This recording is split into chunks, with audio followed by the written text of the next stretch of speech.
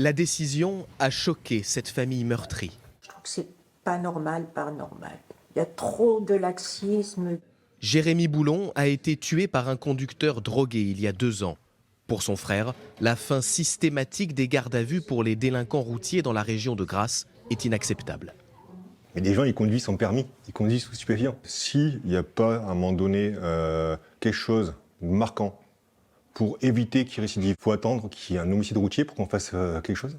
Pourquoi le procureur de Grasse a-t-il mis fin aux gardes à vue pour certains délits routiers? S'il contrôle l'alcoolémie. Cette décision permet, selon lui, de mieux utiliser les forces de l'ordre. Le fait de ne pas placer les personnes en garde à vue permet de redéployer les dispositifs de police et de gendarmerie, de les rendre plus présents, plus efficaces. Ce n'est pas parce que la justice manque de moyens que cette décision a été prise. Aujourd'hui, un auteur de délit routier peut avoir son permis retiré et son véhicule confisqué. Dans les 2 mois après l'infraction, une sanction plus lourde peut être prononcée.